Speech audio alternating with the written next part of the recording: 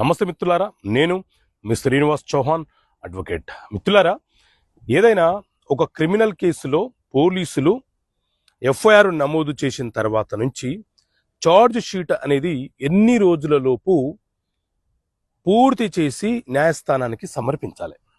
So మిత్రులారా, మన దేశంలో బిఎన్ఎస్ భారతీయ న్యాయ సంహిత అనే చట్టం అమల్లో ఉన్నది.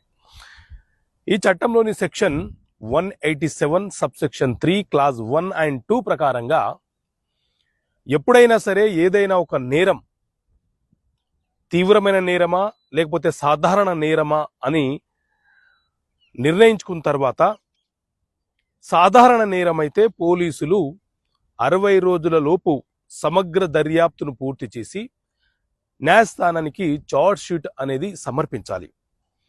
అదే తీవ్రమైనటువంటి నేరం అయితే, అంటే kidnap, murder, rape, attempt to murder లాంటి కేసులైతే 90 రోజుల లోపు సమగ్రంగా దర్యాప్తును ముగించి చార్జ్ షీట్ని న్యాయస్థానానికి సమర్పించాలి. అలా కాకుండా ఆలస్యం చేసే ప్రయత్నం చేస్తే పబ్లిక్ ప్రాసిక్యూటర్ ద్వారా మనము న్యాయస్థానం యొక్క దృష్టికి తీసుకెళ్లడానికి అవకాశం ఉంటుంది.